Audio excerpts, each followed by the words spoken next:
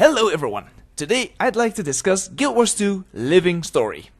For those of you who don't know, every so many months ArenaNet adds a new story to the game which you can play through. These content updates are usually fully voice acted and contain cutscenes, new models, new animations, new textures.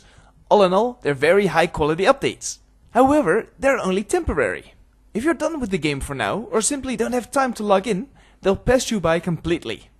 Many of the Guild Wars community have stated that they wouldn't mind if the living story became a permanent part of the game. That way they can play through it on a later date. So we got ourselves a few issues to discuss. Let's first have a look at the temporary content. Is this a good or a bad thing? Personally, I can see ArenaNet's vision on this. It's a living world. Things happen whether or not you're there to witness them.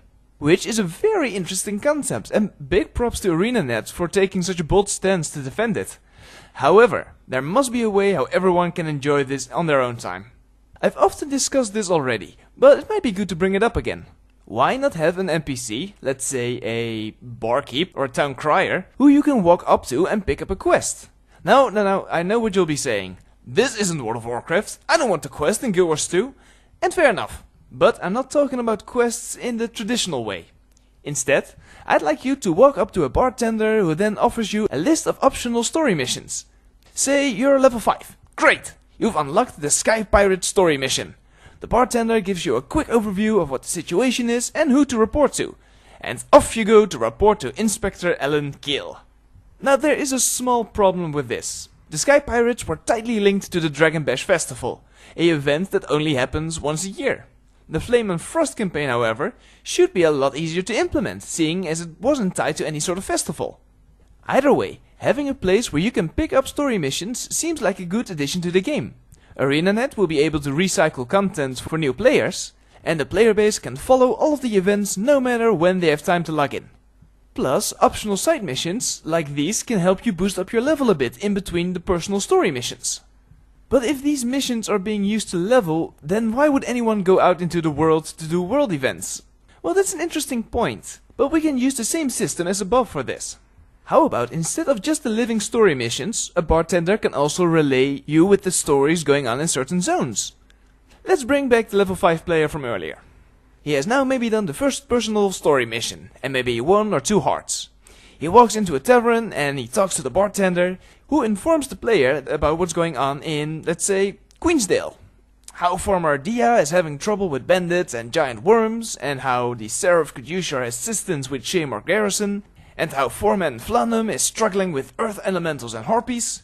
The bartender tells the player that these people are offering a reward of, say, X amount of silver, which, if you've completed all the hearts, you can go and pick up at the barman.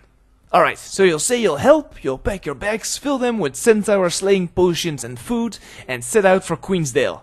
There you spend a few days going around, doing the level 5 to 10 world missions and hearts. Once you've completed these, you get a mail from, let's say, Logan Thackeray. And he tells you what a great help you've been and he'd like to reward you. Well, you travel back to the city to meet with the good captain who offers you the normal reward that you normally would have gotten from the heart quests, from those mails that they'll send you. Plus, you get a cutscene how your actions have helped the people in need. You see Farmer Dia working her crops, travelers safely passing through Shaymar Keep, and Foreman Flanum working in the hills.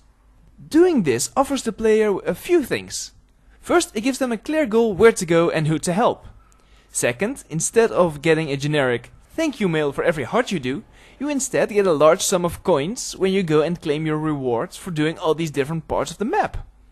And third, it offers the player some level of closure. You get to see how your efforts have helped these people and how that has impacted their lives. After all of this is done, the player might have reached level 15, and he can return to the tavern to see if there's any more bounties posted, thus repeating the cycle. See it as modern day questing, having both the impact of the world that ArenaNet talked about, and giving the player a more familiar mechanic, only completely overhauling it to fit in the modern day. Anyways, those are just my 2 cents on the subject. Tell me what you think, and leave me a comment in the comment section below. I love to hear what you guys have to say. Thank you very much for watching, and I'll see you later.